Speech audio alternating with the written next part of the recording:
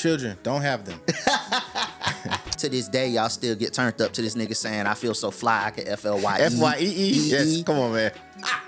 I'm a huge Young Thug fan. Let me start by saying that. I really want him to kind of sit back. Get off the internet, bro. Get off the internet. Yeah. Go where NBA Youngboy went. Yeah. Wherever that shit was with mountains, go over there. You had stated, I don't want to smell coochie when you walk by. Please go Baze. They were heavier set women. And they walked by me, both of them. And then maybe like 7 seconds later, the smell came. And it's just like, yo, like, you're supposed to be able to smell yourself before anybody else can. And if you can smell yourself, then that means you need to go do whatever it is that you need to do to make sure that that smell doesn't exist anymore. Did you go to the Chris show? Yes. I went in LA, and I'm fully prepared to say yes, I'm putting him above Usher.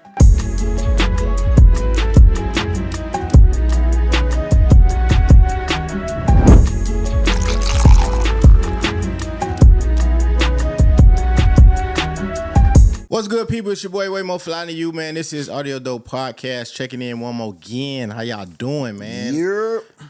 Next to my player partner, man. What's good? It's your boy, Teddy Harris. Yes, sir. Yes, sir. Man, how's everything going, man? Everything's cool, man. You know, just busy, you know, life as we all are. Okay. You know, but can't complain. We here, so, yeah. Any new developments that you want to discuss? Shit. Nothing too crazy, you know. We back in Atlanta, working for a few days, you know. But outside of that, you know. Okay. How about you, man? Children, don't have them. No, I'm just kidding. Hey, man, you can't say that. Literally was having a conversation the other day about that shit. It was like, they're talking about how like our generation's to blame, the decline. Of like the birth rate and shit. And I'm like, yeah, because there's like a whole theory, but I forgot like what it's called, where there's more space. Like it's coming to a point, there's more space in like the school system than there are actual students to go to school. And it's because of like the decline of people having children. But when you look at like the conversation online, you got, it used to just be niggas, but you got women that's like in they like early 40s, just like, I ain't got no kids. I'm stress free. This, that, and the third. Like, I do think it's I think it's more factors to that too. I do think that there is a decline, but I also think that people are utilizing other alternative methods to educate their kids, like homeschooling. You know what I'm saying? Like a lot of kids testing out too. Like once you get to a certain age, like I think a lot of people they just don't. They don't have much faith in the education system. Yeah. So a lot of kids is testing out of school. They opt in to drop out and just go get a trade, things of that nature. Now, that also depends on what grade level we talking, because my kids are still in grade school, 12th grade and 5th grade. So it's like their classes is packed. Matter of fact, just last week, my son's teacher, because I had a teacher's parent conference earlier this week, and one of his teachers was talking about how they had to split the classes because they were overpopulated. Yeah, so it's like, I guess it's relative to where you are or whatever, but his classroom, I mean, I don't know if they do classes here. I want to say they do, like, because I know in Florida we had like 1A through 6A, and 6A being the more populated schools. I know I went to a 6A high school, so it's like when I go to like parent conferences, field days, man, that school packed with good children. So I feel it. Yeah, I don't know. So okay, this bring about another question, right? You know, obviously I ain't dropped no jit yet, but you as a parent with the current like political climate, right? Yeah. And like I don't know if you saw you seen this whole like turning point bullshit and this and the third, like and obviously the removal of like Black history in Florida, like. And what they were trying to do is in Oklahoma, shout out to the superintendent who just had to step down, who wanted to implement this shit because he was watching porn in his office. But anyways, they wanted to implement like teachings of like conservativeness and this whole turning point shit in the education system. So I say all that to say, you as a parent, right?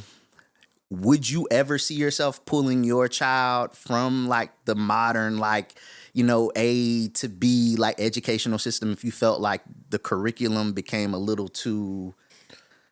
I don't think so, because I went to school in the same system. Like the system ain't really that different than when we was growing up as kids, right?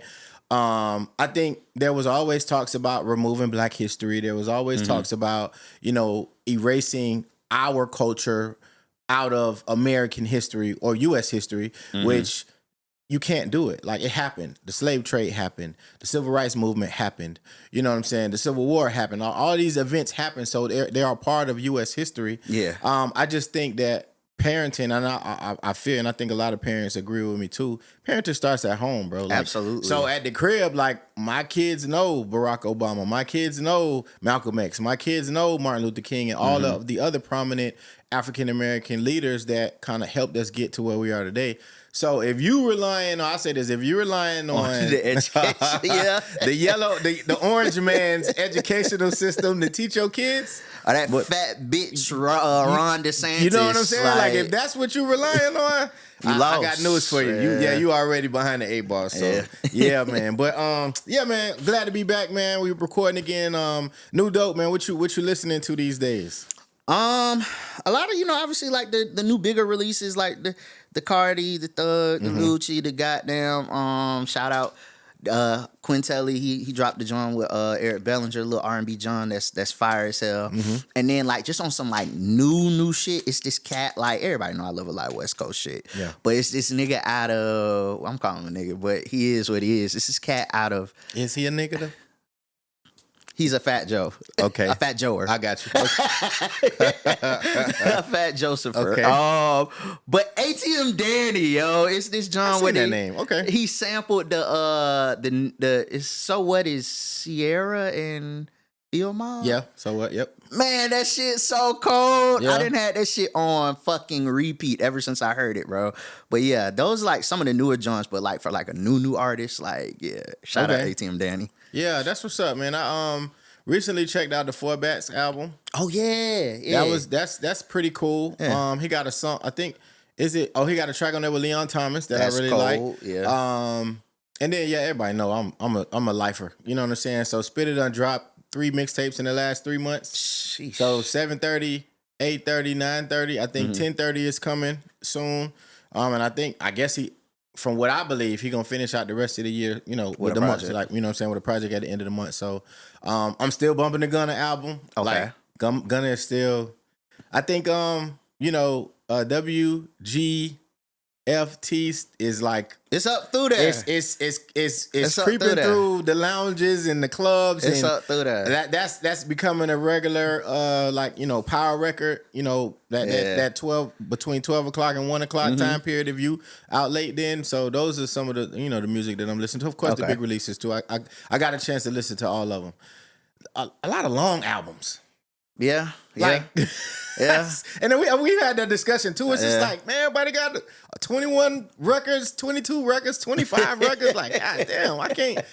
It take me 3 days to listen to a lot of stuff, man. But it's cool, as long as the music is, substantive. Like, yeah, I want well-roundedness. I know we talked about the Gunna albums, kind of a lot of the records sounding the same, but I just want a variety of different, sonically pleasing records. Like, make it sound good, be talking about something, so on and so forth. So yeah, I feel it. Yeah, we can start with we start with Lucci album. No, let's start with the Thug album.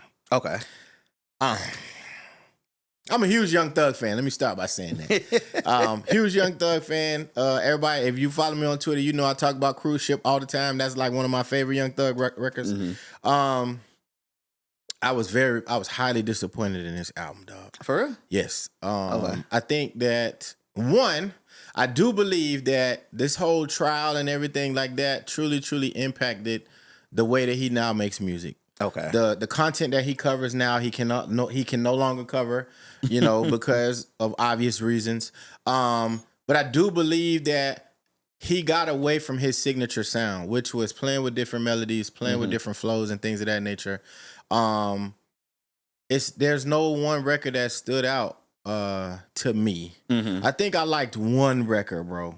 I'm not even joking. That whole out of project? the whole project, I liked one record, and I'm trying to see which one that is. I'm gonna keep talking, but it was underwhelming. It was underwhelming, dog. I didn't like it. Yeah, I seen like Blaming Jesus. Okay, That was the record I liked. That he went on Twitter and was like, Rod Wave's supposed to be on.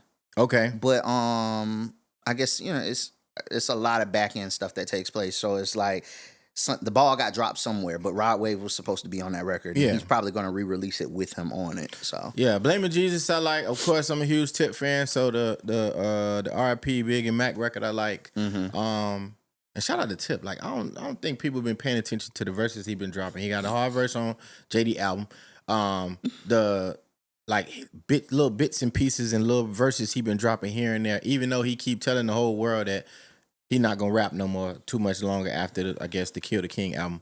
But yeah, Thug, I don't know, bro. I don't know. I don't know if it's the A&R. I don't know if it's if it's the probation or parole or whatever it is at that level. I don't really know the terminology.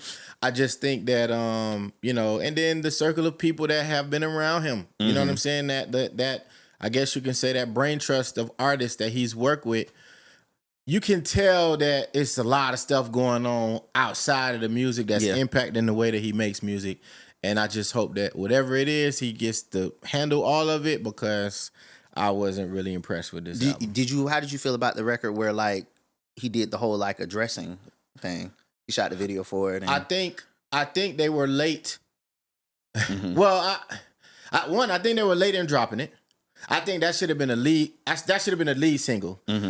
And I think that if they knew, because I feel like they knew about all of the leaks and the calls and all of that other stuff, right? Because in one of his interviews, he mentioned getting it shut down, right? Like having the whoever they had to call to stop them from releasing the tape. So you knew people were calling to get these tapes. I feel like a smart individual would say, hey, people are trying to get records of my phone calls. Yeah. This is coming. Yeah. Let me go ahead and drop this now, get ahead of whatever these calls are, and maybe it doesn't seem as bad, right? Because the calls came out, and then it's like you dropped the record. Like, would you have been sorry if the calls didn't come out? That's how I took that as just as a consumer. You get what I'm saying? Like, as a consumer, I would want to know, would you still be remorseful if we never heard any of these recordings? And I get it. You know, I ain't never been to jail, never been in handcuffs. And I do hear in a lot of the interviews that he's done, he's been on The Pivot, and he did the interview with Big Bank, right? So he's talked about a lot of people talk about the mentality that you have in jail. Yeah. Completely understand. I know that it's a lot of people you probably can't talk to. You only want to talk to your girl, that's cool. A whole bunch of shit that you probably ain't supposed to be talking about on the phone. Cool. But I would want to know, would you still be sorry if we never heard those recordings? That's just me. I mean, he said on I saw a little bit of like the Pivot interview, and really great interview. By the way. Definitely was. Yes. Definitely was. He basically was saying that all the stuff that was said on the jail calls was stuff that he had already said to those individuals in the first place. He said that in the Bank interview too. Exactly. So it wasn't like a thing of like, it was more, you know how shit when it get to the public, like niggas just they make the most of shit and it ain't got nothing to do with nothing. But like he as an individual had already addressed that with those people. So it just kind of got, I guess, blown out of proportion. I mean, for me, like I like that song because it was a first step to like address things through the music. Yeah. Which is like what I feel like at the end of the day it should have always been, like just address things through the music. Thanks. The album as a whole, like I haven't really heard the whole project yet. I obviously looking online and I see a lot of like people split on it. Yeah. You know, but that ain't gonna stop me from like checking it out. Right. The one thing I didn't care for is the one record that like is gone completely viral, and that's the whole nigger record or what he said saying that. It's the first track too. That's what it is. Yes. It's the first track. And the fact that he has the nerve to call Aiden Ross called him, or he called Aiden Ross, and it's explaining to him this record. Like, this motherfucker is a cancer to the culture. Like, I don't know why anybody has anything to do with Aiden Ross. Like, so like to take that record for the reason that it's viral and be discussing it with a motherfucker like Aiden Ross is just like, you know, sometimes people make tone deaf decisions, and that was one, just like point blank. He's having a tone deaf year. It's definitely if you look at like, I got out of jail. Yeah. I'm a musician and this is a game of chess. he's not playing the best game at all. I think that the other person, which we'll discuss a little later, is playing like the best post jail game I've ever seen, like from any rapper. Facts. But he definitely a lot of tone deaf missteps, But I'm glad that like he putting out music now. That's the one thing I will say. So yes, I'm happy he is. I think that, and the last point to this, I think he has stumbled as far as creativity is concerned. Mm-hmm. Because again, like I was saying earlier, like Thug used to like, I'm talking about like, even if you really, really listen to him, like wordplay was one of his stronger characteristics. He would mix different words. Like he may not have been the most lyrical person, but I would never forgive y'all niggas for letting him let shit cook on Lifestyle. To this day, y'all still get turned up to this nigga saying, I feel so fly, I can FLYE. FYEE? Yes, come on, man. But he's definitely played with a lot of just wordplay and just being witty, man. You know what I'm saying? I want him to get back to that. You know what I'm saying? Are we at a creative peak for him? I think yes, because now he probably has to really, really sit down and craft bars. Right? Yeah. Before it could have been this is just my personal opinion. Before he probably was punching in, and at the time, I could talk about, this block, something happened on this block. Yeah. And something happened on that block. And I got a gun from this person. And I sold drugs at this point in time in my life. Like, he can't talk about none of that shit no more. So it's like, now you actually really have to be creative in what you're saying, how you're saying it. And this is where art meets artistry. Yeah. You know what I'm saying? So I want him to, I really want him to kind of sit back, get off the internet too. Oh, definitely. Get off the internet, bro. Get off the internet. Go, you know what I'm saying? Where NBA Youngboy went? Was that Wyoming? Yeah. Grave digger. Wherever that shit was with mountains, go over there and just sit down. Re-engineer your life, analyze a lot of different things. Go see some shit, bro. Go travel. You know what I'm saying? Just go to different countries. Like I always hear artists say that, it opened up my mind to, other different cultures and things of that, and then come back and give us some music. But get the fuck off the internet, please. Moving on, man. Another great release, man. Lucci. Mm-hmm. Already Legend. I was highly impressed. Highly impressed. Okay. I have not always been. I appreciated Lucci, but I wasn't like a fan. Mm-hmm. Like I wasn't somebody who, whenever he would drop records, I would go listen to it. Mm-hmm. I prefer his features more than I did full length projects. Okay. Right? So there were, and everybody get on him about right. Everybody get on him about that ad lib, but that's the signature, bro. That's the signature. That's it. And I think that it adds a certain element to songs. I'm not comparing, but it's T-Pain-esque. You know what I'm saying? Yeah. When he gets on records and he adds that's his flavor, it's bro. Melody. And I really do appreciate that. So, a lot of not concepts, but a lot of substance in the records. You know what I'm saying? Talking about his life, talking about what he's been through, talking about how many people he helped, and what that was like. But his children watching him go through the whole process, and I just really appreciated the growth, the maturity, and the vulnerability in the records. Like that's kind of like what I was, not to compare, but that's ironically, what you would that's what I was looking for from Thug, bro. Like, come on, man. You don't have to be the lyrical miracle guy. Yeah. Just make the shit sound good. Yeah. And cause niggas like real rap. Yeah. You know what I'm saying? Yeah. Like that's just what it is. So yeah. I mean, obviously I'm gonna be biased. Yeah. I thought it was. I expect you to. I thought it was a great project. Yeah. But I mean, on some real shit though. Like he did his big one. Like he did his big one with goddamn, like the context of discussing everything as someone who went through what he went through to where he is now.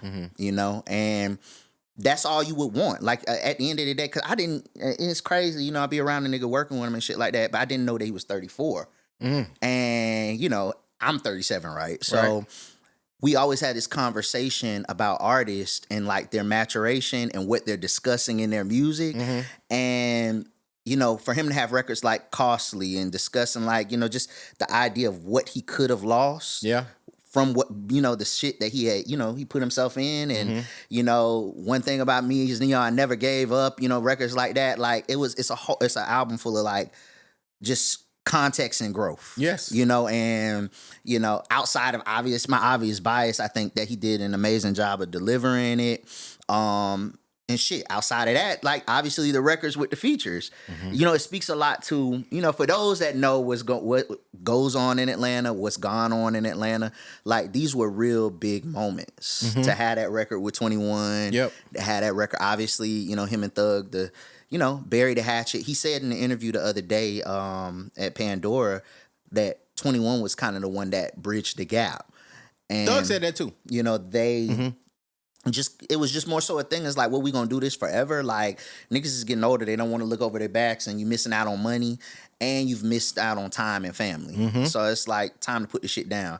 So that, to me, it brings about the bigger conversation, because I see the 21 spoke to it, and I'm sure you've seen it. But those that find like hate in the bearing of the hatchet is so weird to me. And it like, oh yeah, you know, niggas done shot up my mama's house, and niggas done lost their lives, and now y'all making music together. Like, bro, that shit can't last forever. And then don't even get me started on the fact, half the time the people that have these opinions is a bitch that got to clock in on Monday. Right. Or they not they haven't been through anything that nothing whatsoever. Right. And I'm not even speaking that. I'm from a perspective of, I done been through it. Yeah. You know what I'm saying? But I just know me personally, I'm not finna open my mouth about shit that ain't got nothing to do with me. Yeah. But so it's like, you know, when you see those type of opinions, it's social media. Everybody has the space to communicate their opinions, and it's weird to me. It is. It's weird, but I see both sides. I've always been somebody that tries to look at, you know, both ends of the spectrum. The you know, the fan in me kind of, well, not even a fan in me, but the consumer in me, and watching them wanting to squash it and it being good for hip hop, I completely understand. I'm not a street nigga. I wear my seatbelt everywhere I go. You know what I'm saying? But I do understand the other side of it when blood has been shed. Now, I'm of the ilk of, hey, we could squash the shit. That don't mean we got to be friends. That don't mean we even got to speak to each other. But at least we not trying to unalive each other every time we see them. I think that is the core of what the controversy is. Like, yeah, you could squashing beef is mature. It's all know that. Absolutely mature. You know what I'm saying? And I think because Lil Woody, he's been going live. Well, I don't know what I don't know what kind of phone he got, but it seems like it's a new video every day. But essentially, what he was saying is, it's okay to squash the beef, but for for them to be running around acting like they're friends when, you know, people have lost lives, families are still grieving and things of that nature. I understood his conversation and that, because I believe he's well embedded into that situation. No, he absolutely is. Right. But this is the thing in that, bro. It's like people misinterpret or dig too deep on surface level things. Just because niggas made a song together don't mean they the best of friends. Facts. You know? So it's just a ploy it's not even a ploy. It was a genuine move. Okay. Because they grown ass men who done lost time with their families, and you missing out on money. Yeah. You know, you missing out on life. So it's like, bury the hatchet and set an example for the city. Why should I continue to do this? You know what I'm saying? Like, I don't say take the fact that niggas made a song together that they the best of friends. Because ain't nothing that's, if you want to be real, what have you seen online that says that them niggas is nothing? Exactly. So and you know what's funny too? Right before the songs dropped, they were saying fuck each other online. Well, I know that was like, you know, I guess a part of the whole rollout or whatever, but I was concerned. I was like, yo, I heard that these niggas have squashed it. Now it's like, fuck this nigga. Well, fuck you too. And I'm like, damn, bro, what happened? That's the consumer in me. Like, these niggas just said that they squashed. Well, I was hearing rumors that they squashed it and there's a record coming. And then boom, Thug say something, and I'm just like, that's what kind of made me say earlier, bro, get the fuck off the internet. But then later when you see like it was a rollout, I was like, okay, cool. It was a point to it. All right. Last big release, Barty. Cardi B dropped. Is this her third album or second? It's second official. Second official album. Yeah. Okay, the first she dropped her Gangsta Bitch Volume whatever music. That was the one where she was in the car with the nigga getting head drinking a 40. That was before the first album. Cardi had an amazing first album. This album is okay. I actually enjoy a lot of the records on it. I like the Kalani record that they just shot the video for. I think the record that she was going at Bia and JT, that was hard. Cause I was just like, oh, she's saying these bitches' names. She ate them hoes up. I gotta give a round of applause because I'm always, when you talk about like rap beef and going, battling and all that, say people names. Yeah. I'm from that era. Say niggas names. Like I'm from the hit 'em up era. You know what I'm saying? The no Vaseline era, the against all odds era, who shot your era. Say niggas names if you got a problem with them. Like all of this tweeting and going back and forth, that shit, leave that shit on the playground. But I do, I like. At first, I didn't really care for the Imaginary Players record because I'm a whole venture. But as I continue to hear the record, and then when you hear it in sequence with the rest of the album, it kind of does sound a little good. You know what I'm saying? So. I give her a 7.5. Yeah, I was in the same space. I gave it like a 7.5. My biggest thing is like it wasn't a classic album like Invasion of Privacy, but my God, she did not fall into the sophomore slump. No, she did not. She did not at all. And you got a lot of them motherfuckers over there. You know what I'm talking about? Because I just don't feel like dealing with them coming through my timeline. But you got a lot of them that was sitting on their perch waiting and hating, and they still trying to find a way to hate. But the bitch dropped the album and there a whole bunch of slappers on that shit. Yeah. Like, no, some records on it's a long ass album, another long project. Yeah. That's just me personally. I'm tired of like long ass projects. But it's some slappers on that shit. Yeah. Like the Kalani one is hard. Yep. She ate them hoes up. Bia and goddamn JT. She gave Bia 3 fucking verses. Like a whole fucking song, right? Goddamn the John with this is something I can't stand though. I'm tired of you niggas. I get it like on the business side, so I don't even know why I'm saying it. But I'm tired of like featuring so-and-so. And so-and-so not even on the song. It's just saying featuring them because you sampling the record. Because I was looking forward to like the big moment with her and Janet. Yeah. Like, I knew it was a sample of Pleasure Principle, obviously because the record was called Principle. The record was hard as hell, and then I didn't hear Janet. And I was like, what the fuck, dog? But like, I mean, outside of that, it wasn't necessary for him to add the old records, the WAP and the Up record. But outside of that, it was for sales. Yeah, it was for sales. But outside of that, like she did her big one with that fucking project, yo. And kudos to her for like doing some shit that niggas not doing. Like she working the project. She is pregnant in the streets, working the fuck out of her music, and I just love to see it. She's using any and every viral moment to draw attention to what her actual product is, which is music, and I can't even hate on that. Like, as much as I don't like what's going on with the whole, like, her being pregnant from another nigga, she's still married, blah, blah, blah, all of that other stuff like that. Me, it's just, as a human being, I just, like, that's distasteful or whatever. But as an artist, she's seizing every opportunity where the eyes are on her, and she's promoting her record. I commend her for. You know what I'm saying? Because, like you said, she got slaps. I like the Lizzo record. I like the Lizzo. Paris was hating on it. She was? Yeah. I was like, I like the Lizzo we record. had like a little small argument. Shout out to Paris. We had a little small argument on Twitter, but it was just like, bro, like especially if you know that sample. Yeah. Like, Lizzo killed that shit. Lizzo got a strip club record too. Have you heard it? It's called Back That Ass Up or some shit like that. It's not Back That Ass Up.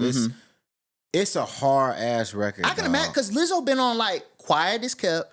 Been on a little run with this little rap shit she been doing. Yes. Like, them projects are pretty hard. Yes. Like, she leaning in doing the real for real rap thing. Yes. Yeah. So I can imagine. I wonder what record. Bend It Over. Bend it over. I gotta play it. Check it out. I gotta check it out. I would love to go to Magic and hear that. It's actually a hard ass record, and she's rapping on there. It's not. She ain't singing. She's dropping bars, and it's dedicated to the strip club. Clearly by the title, but Lizzie, yes, I'm stamping that one. Like Lizzo made me a fan of her rapping after I heard that song. Okay, cool. For sure. You seen her doing the whole? They so funny, but it's on brand. Doing the whole like little marketing campaign. It's her and Big X the Plug. Yes, I did. I think she just need to embrace, like, you a big girl, bro. Like, come on. I think she runs from it more than she embraces it. No, she fully was embracing the big girl thing at one time. The issue now is like, and that just goes to show how like a lot of people operate when it comes to like plus size folks. It's like she lost all that weight, and then people start talking about now they talking about how she looked when she done lost weight. So it's like, how you expect somebody to live in their own body when they big? Oh, you fat as fuck. They done lost weight. Oh, you don't look cute when you lost weight. Well, damn, bitch. How? Well, my question would be, what does she want to be? Because we will never know. Right. So if that would be my only question. Maybe she is happy where she at now. And that's cool. So then if you happy where you at now, then stop. I would just say stop addressing everybody that is saying otherwise. Right? If you want to be a big girl, cool. If you want to be a skinny girl or skinny mid-size, whatever the proper terminology is, that's cool too. Whatever it is that you want to be, just stop addressing everybody else that's saying otherwise. That's all I'm saying. Because I think it's easier said than done. It really is, but at the same time, is it? Yeah, because look at Cardi can't get offline arguing with people. Fucking Nicki goddamn, every time you look up, she spazzing on somebody. Like, I don't want to say it's a woman-man thing, because niggas do it. No, niggas do it too. And Kevin Durant is a prime example. Oh yes. Oh my God. It's not just the women. It's not a woman-man thing. I want Kevin Durant to get off the internet too. The fuck offline and get off your burner accounts arguing with people. Oh like, bro, he just got into it with somebody like a couple of days ago about I think somebody responded. The guy's, his name is Cuffs Legend or something like that. He got a lot of followers, and I think he do a lot of sports takes or whatever.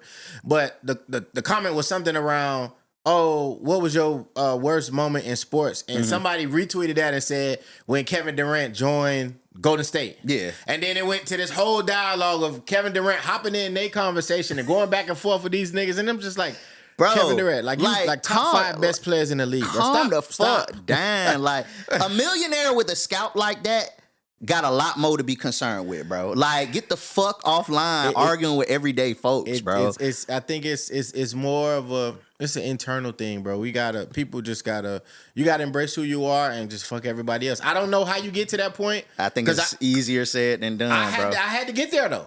Yeah, but you remember you're a timeline villain, bro. But to get, and then Paris is like that too.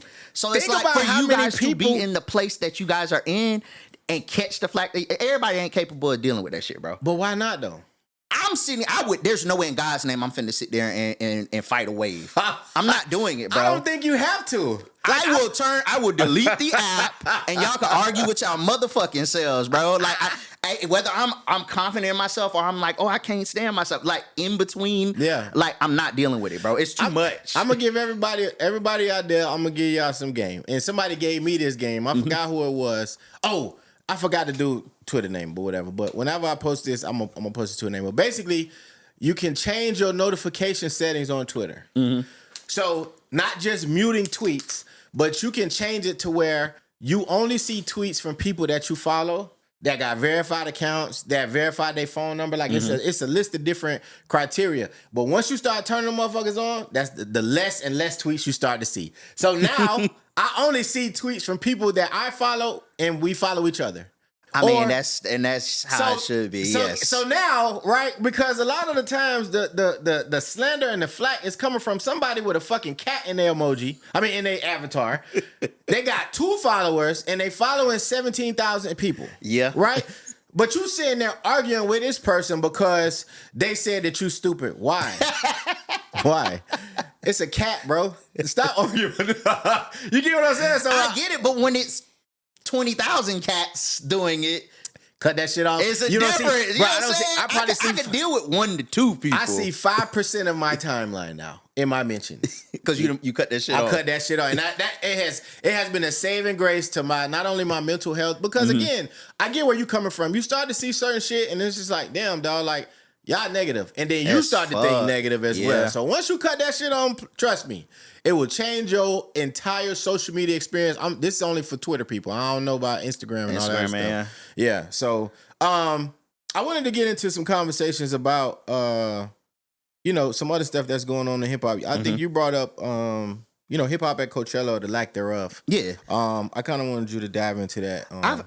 I forgot where I had the shot of it, but what they were discussing, right? So they dropped the lineup of Coachella, and I think it's only 6 hip hop acts, that are on the bill. And that Coachella lineup is massive. It's always massive. Like it's over the weekend, right? Yes, it's 3-day weekend, Friday, Saturday, Sunday. Yep. It's no urban headliner, and it's usually at least always one.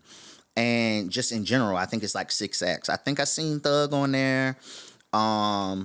I think I seen the Clips on there. I forgot who else, but at the end of the day, there's only 6 urban acts or hip hop acts on the Coachella lineup, and I think I know that it's telling to the genre in its current space. Right. I had tweeted. I said a lot of time when I saw that, that's what it was. I had tweeted. I think that we oftentimes are lying to ourselves these days when we talk about hip hop. A lot of conversations like, oh, this has been one of the better years of, rap, and, we got these projects, this and the third, but we don't have a lot of mainstream shit, right? That's another thing, because I saw, it was a post, Mask Immortal. They did the top 20 like hip hop project, highest selling hip hop projects of from the this year? This past week, right? Okay. This past week, and of the 20, only 9 of them were albums from this year. Damn. You still got fucking Good Kid, Mad City up there. Damn. You still got Scorpion from Drake. Like you got a lot of shit that been came out, and then even when you look at the Hot 100s, right? You may not even see any hip hop at all. And if you do, it's one song. In the top 40 is Kendrick and Luther. It's 26. I literally looked today because I felt like this conversation was gonna come up. That's Luther is crazy. 26, and then you don't see another hip hop act until like 39, and it wasn't even a hip hop song. I think it was it was a Party and a Drake song. It was like 39.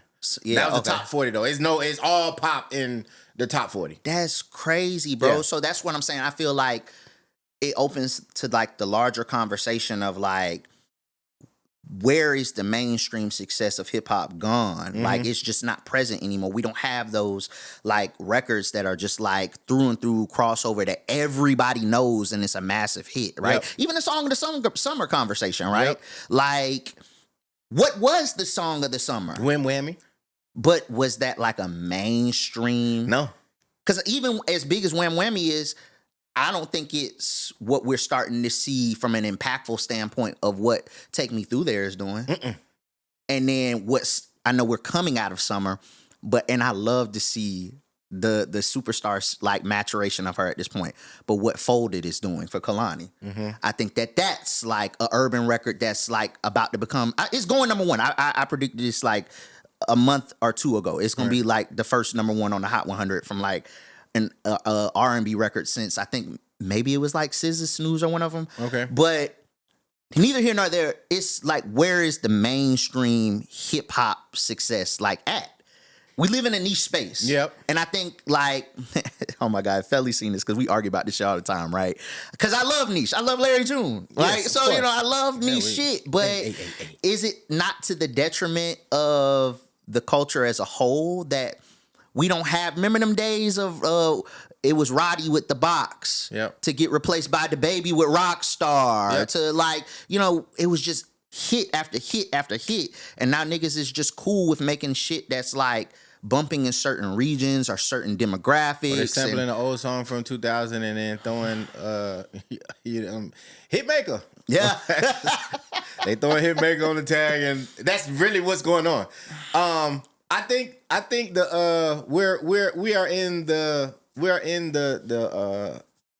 season of we're starting to see the impact of what Not Like Us did to hip hop. Mm-hmm. And the reason why I say that is because Drake not thriving in hip hop hurts more than it does that we're wanting to admit. Drake was really the glue.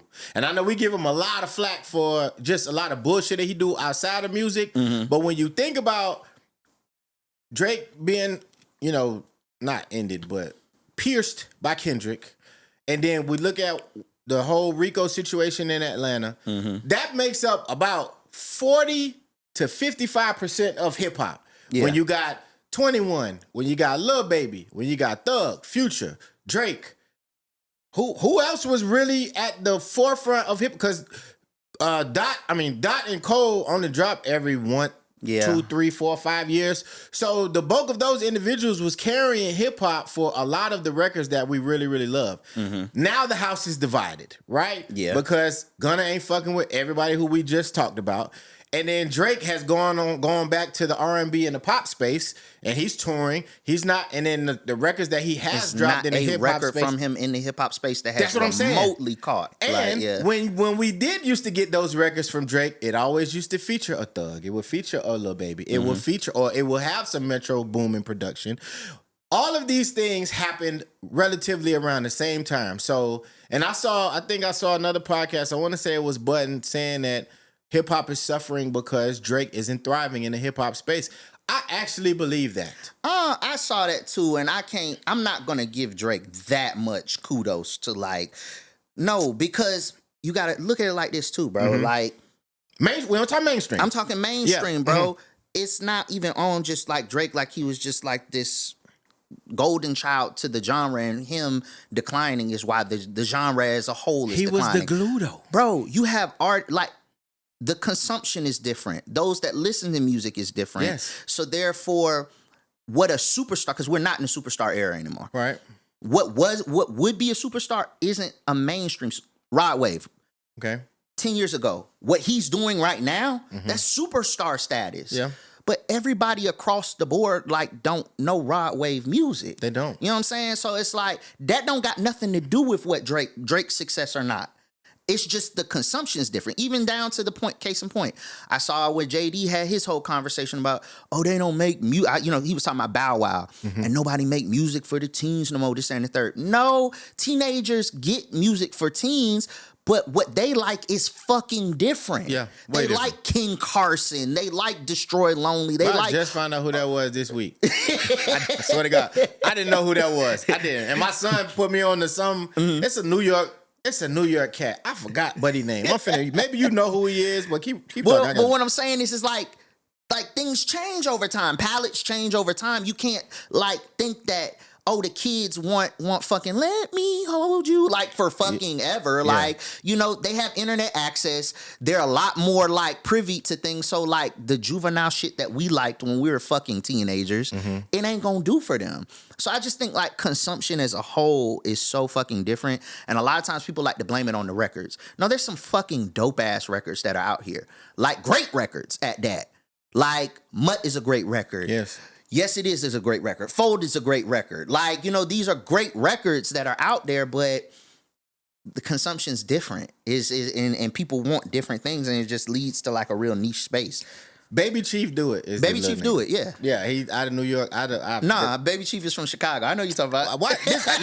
Listening to my son. Love him. But kids love Baby Chief. My son just put me on this nigga. I had no clue who he was. Okay, Baby Chief do it. And I said, what the fuck are you talking about? Lil Stewie. Dog, oh my God. The music was terrible. To me. Again, my son love him. My son is 10. So, but I'm gonna double down on the point, bro. I do believe that yes, we have certain. Even though Rod Wave, I think Rod Wave did he did arenas? He does arenas. He did arena tour. Okay, so he's at that level year after year arena tour. I think he's at superstar status. Right, because I think that is one of the characteristics of being a superstar. But is his music a superstar? I don't believe his music translates globally like he puts asses in seats. Yeah. Drake does. Yeah. And when I say Drake does, I'm talking from a pop standpoint, R&B standpoint, and hip hop standpoint, because we've never seen anybody like him before. No, not right? at all. Yeah. So the when I say he's the glue, because when you really look at it, right, a lot of the stuff started to decline with the Not Like Us. So a lot of people started kind of stepping away from him, and that was his gripe, right? He, people chose their side, right? Mm-hmm. But a lot of the records that we love, either he was cool with people that was on the record, he was on the record, like what's the record?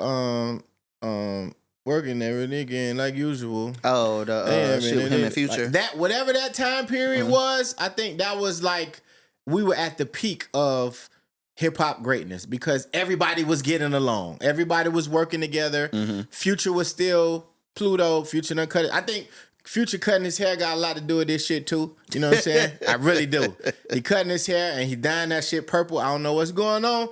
But I'm gonna need us to scale it back. But I do think too, Atlanta being divided has a huge impact on the mainstream hip hop space as well. Because, like, I think we was talking about Gunna earlier. Like, Gunna is going on I think he been on a run since he got out, bro. No, before that.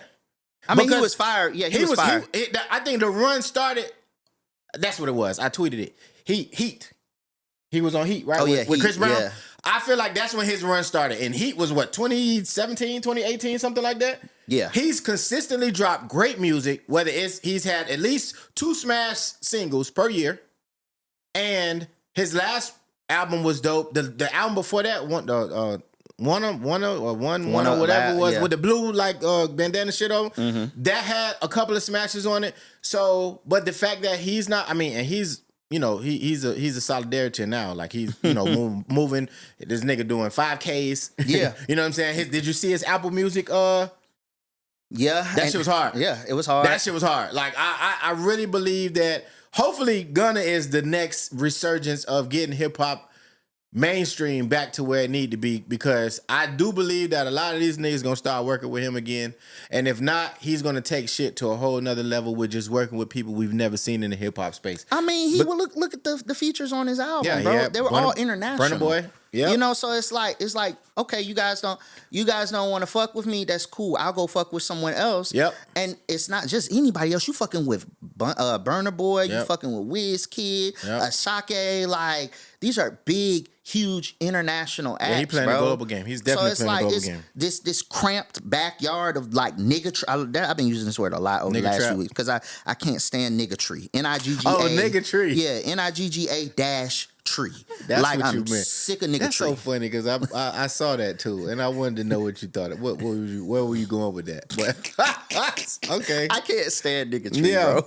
But anyways, like this mental like cramped backyard of niggatry, like he's escaped it, and he's definitely operating in a far bigger space, bro. And look at what he's yielding, like commercials with fucking for a brand ambassador for Under Armour with Justin Jefferson.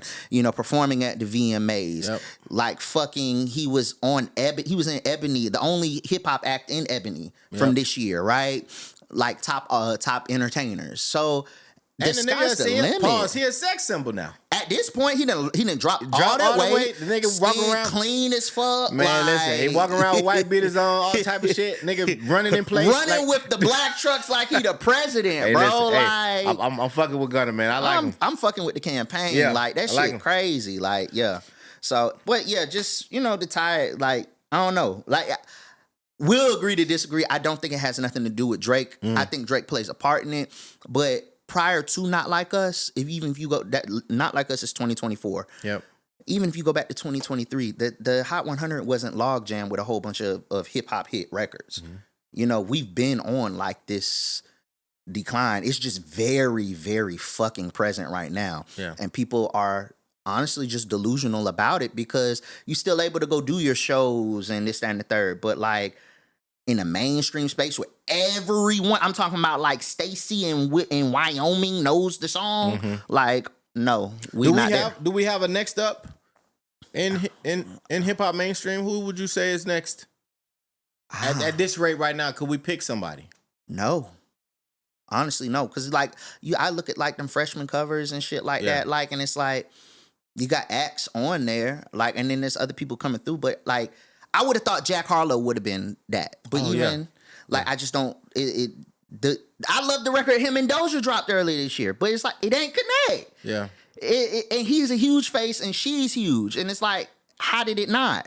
You know, it's just like, I don't know in the mainstream conversation what the fuck is going on with hip hop. What connects though? Like when we say connect, like what is that? What does that look like? Is that you hear it on the radio every time you get in the car? Is that every time I turn the TV on, I see it? Is it a Hot 100 chart presence? Yeah, like what? It's between like the charts and impact to me. Okay. Like right now, like the fact that every time I look at a nigga scoring in college football and they doing the fucking what's her name throwing her arm shit, like that's hip hop impacting culture. Facts. Like beyond niggas. Cause that shit on ESPN. That shit on ESPN. Yeah. That's what we're missing. Yeah. That's what I'm talking about. Like, you know, we're falling by the wayside. Like, that's what's missing, you know? And that's dope to see that we got that. It's dope, you know, and it's a young black girl from Atlanta. Why can't so that's beautiful to see. Fucking ESPN. On ESPN, bro. I was actually arguing with my group chat about that because one individual was saying, and shout out to Mac, I'm gonna put you on blast. He was basically saying that wasn't impacted by TikTok, and everybody was disagreeing with him. I said, nigga, when you get on TikTok right now, you're gonna see one of three things. You're gonna see that dance. Yeah. You're gonna see a recipe, and you're gonna see a bitch trying to sell. Lately I've been seeing the 24 piece, but the pots and tops, the glassware that you can put in the oven and you can put it in the microwave, like the 24 piece. Yeah. I've been seeing that shit every time I log into TikTok. But definitely I've been seeing YK on a crazy run, and I don't know if that's just because I'm in Atlanta and that's my algorithm. But when I turn on ESPN. Everybody that score. That's what I'm saying. Yeah, everybody that scores is doing it. What the algorithm does is it segregates and caters to. Yeah. That's what the algorithm does. Gotcha. Now, when things are impacting past the algorithm, that's when we're moving the needle. And what she doing, that Metro record, that little dance, like, it's going past the algorithm, and that's what we need more of in the culture. Like, will streaming help with that? Because right now streaming hurts. Streaming fucked everything. It's streaming the new media. Streaming fucked every. Oh, you talking about like I'm talking about music streaming, but you talking about like the no. I'm talking about streaming like platforms. People who stream all the like the ISO Speed nigga and Casanat. I don't think that helps either. I think it helps from a visibility standpoint because like people are tuned in, but it's not helping the music connect. Because it's not true engagement, right? Okay, like I think these are passive, passive people, like they're kids at that in the first one because they ain't who our age is sitting up watching the stream. Nah, you know what I'm saying? Like, I don't even know when these shits come on. Like I just see the clips. Exactly. I see the clips too. Like, I don't know when they like, and at one point in time they were saying Casanat did like a week stream or some shit like marathon, whatever it's called. Yeah, the Mafiathon. Yeah. Man. I see them now. Streaming has become a part of rollouts. It's absolutely a part of a rollout. You know what I'm saying? Yes, absolutely. You know what Casanat is doing, ISO Speed is doing. What's the girl? And Lucci just. Zoe caught some. Yeah, and she's a streamer too. Yeah, I didn't know that. Yeah, Zoe. Like it's like these motherfuckers popping up like podcasts now. You know what I'm saying? And I don't know. I just look at it. I don't. I think streaming is cool for what it's cool for, but I would definitely want to see. It humanizes, I guess, the guests when they come on there because it gives a human element. They get to be able to be in a different space and kind of just be free and not be confined to whatever their label says they can and can't talk about or, you know, PRs and things of that nature. But I just want to see. I would definitely want to see more, I guess, organization. I don't be knowing when these shits come on. Like, you just kind of see it. Like, I mean, if I knew when they was coming on, I wouldn't finna watch them any motherfucking way. I see the clips. Like, I think that's the thing about being. I want to see older niggas streaming too. I would now maybe if that was the case, like if somebody like Larry or Dom did it, I'd tune in. But like otherwise, like I'm okay with understanding where I'm at in life. I'm a unk, like, and I'm not like here to like see any like the streams. Facts. I get it from a business standpoint, like it creates visibility for a product, which is the artist, but even from there, you got to do the work of like tracking that visibility back to the, which is the music. Yeah. And I think a lot of times the people that are tapped into these streams are viewing it on like a consistent basis. They're passive. They're not like really engaged like fans. I would definitely, who I would love to see stream? Who? Webby. That would be fucking hilarious. Yes. But I also don't think we're in a day and age where Webby doing a stream for why we would want him to do a stream could fly. Because we're in a sensitive PC culture, bro. You know why you want Webby to stream. I would love to see where. Have you ever watched Boosie streams? Facts. Have you ever watched Webby go play golf with his wife? I've seen some of the clips. That shit is fucking hilarious. It's hilarious. So it's like, I think I don't have a problem with streaming. I just think that I am outside of that, I guess, that age bracket of streaming, because most of these niggas is 21, 22, 23 at most. You know what I'm saying? So a lot of the things that they're doing on there is shit that I ain't did in 20 years, bro. Literally. You know what I'm saying? Yeah. So it's not connecting for me. And the reason why I see it as being the new media is because it just seemed like everybody's running over there. Like, we still have our, your breakfast clubs and your podcast that we enjoy listening to. But I would love to see some of the people from my generation enter into the streaming space, like some of the names that we just named. I think Larry June would be great. I think Larry would be perfect for a fucking... I think who else is a good personality in just music? I think Freddie Gibbs would be great. He would be fucking hilarious. As a streamer. You know what I'm saying? Like, it's just, I would love to see people like my age get into the streaming and, and take off from it. Yeah. Shit you said. You mentioned something earlier, and it's funny because I had already screenshotted it because I wanted to ask you about it. Wait. And so let me see. I think I still got it. Yeah. Okay. So you said there was 2 tweets, actually. You said, adults and accountability has been my latest aggravation. And then the follow-up tweet was, and niggatry, black folks who are okay with accepting flawed practices because that's just the way it is and shit gotta be done. What kind of sparked that kind of series, or 2 tweets? And it wasn't even a series, but yeah, where did that come from? This is 4 days ago, actually. Yeah, just operating in that space.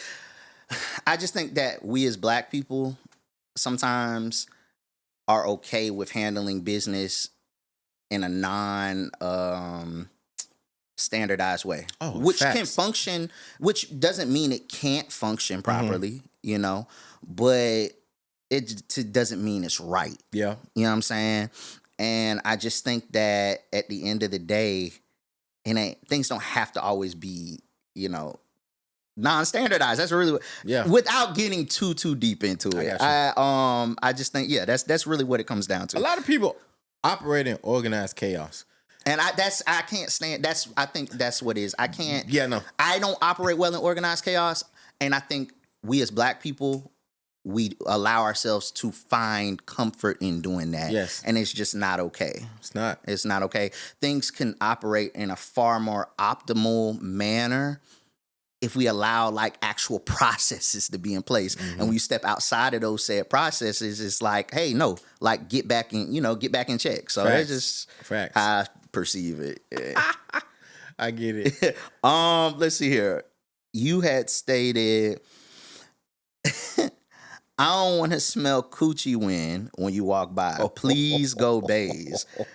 So who had walked by and why was this the statement? Okay.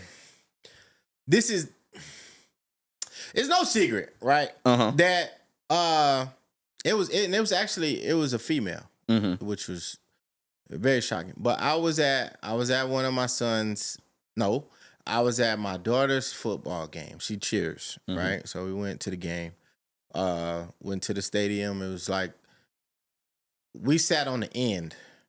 So I purposely sit on the end because I like being close to the stairs in the event that I need to use the bathroom. I don't like walking by a whole bunch of people, whatever.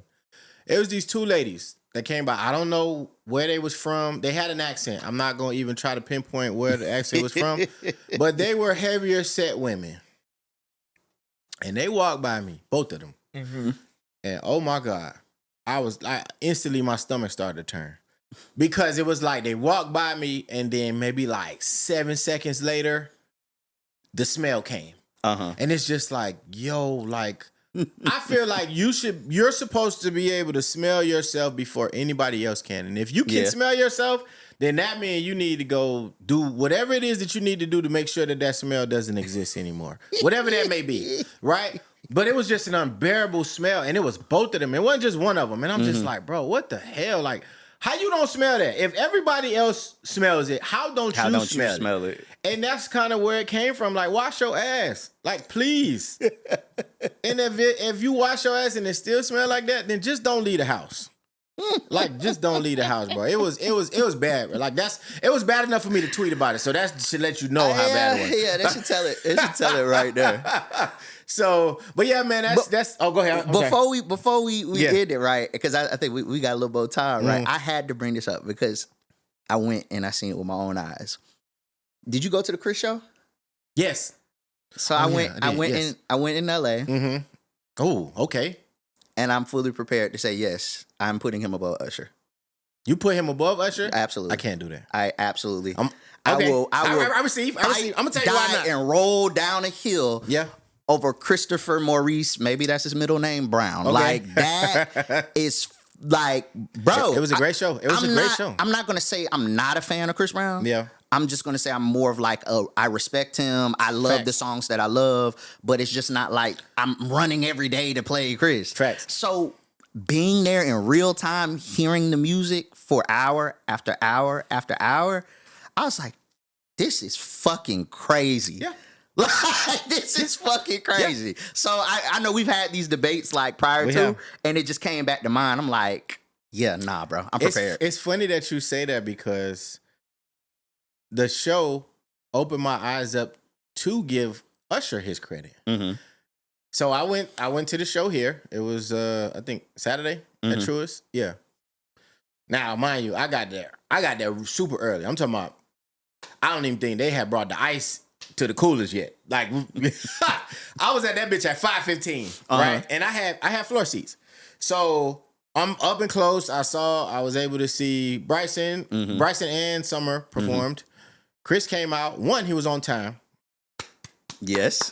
He was on time. Like, they said he was coming out at 8:30, 8:31. The lights shut down, and the motherfucker was coming on stage, fire behind him. So, commend him on being very, very punctual. Mm-hmm. With Chris got a lot of filler records. So a lot of his show, yes, he got a lot of records. Like, he has a massive catalog. What people don't realize is that a lot of them songs ain't really hits. They just good records. No. Hold on. He performed? Yes. I'm talking about in Atlanta. I don't know what he did in LA. It's damn near the same set. It's got to be damn near the same set. Listen, bro, when I went to see Usher in Vegas, it was hit after hit. I'm talking about on Billboard. Hit after hit after hit after hit. I'm talking about nigga on roller skates. He backflipping.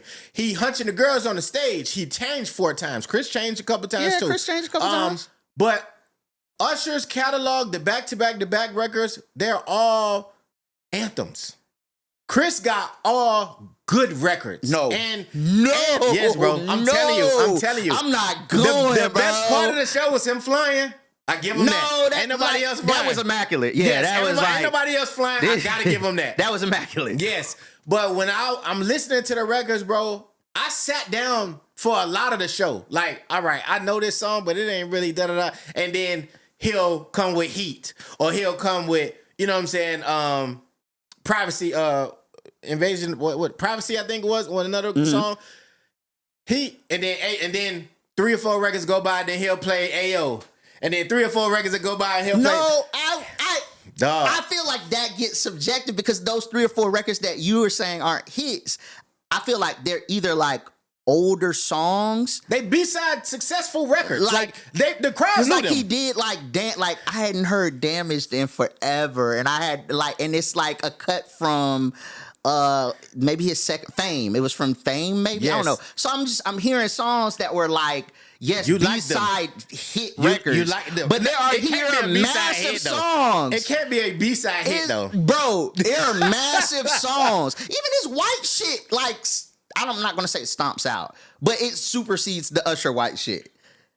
Yes. What? Yes. Usher has, bro. What are you talking? That's not a white. That's like white people love it. No, like oh my god, it's a white record for Usher. Yeah, is a mainstream like what's that's a hit record. What's Chris's white record?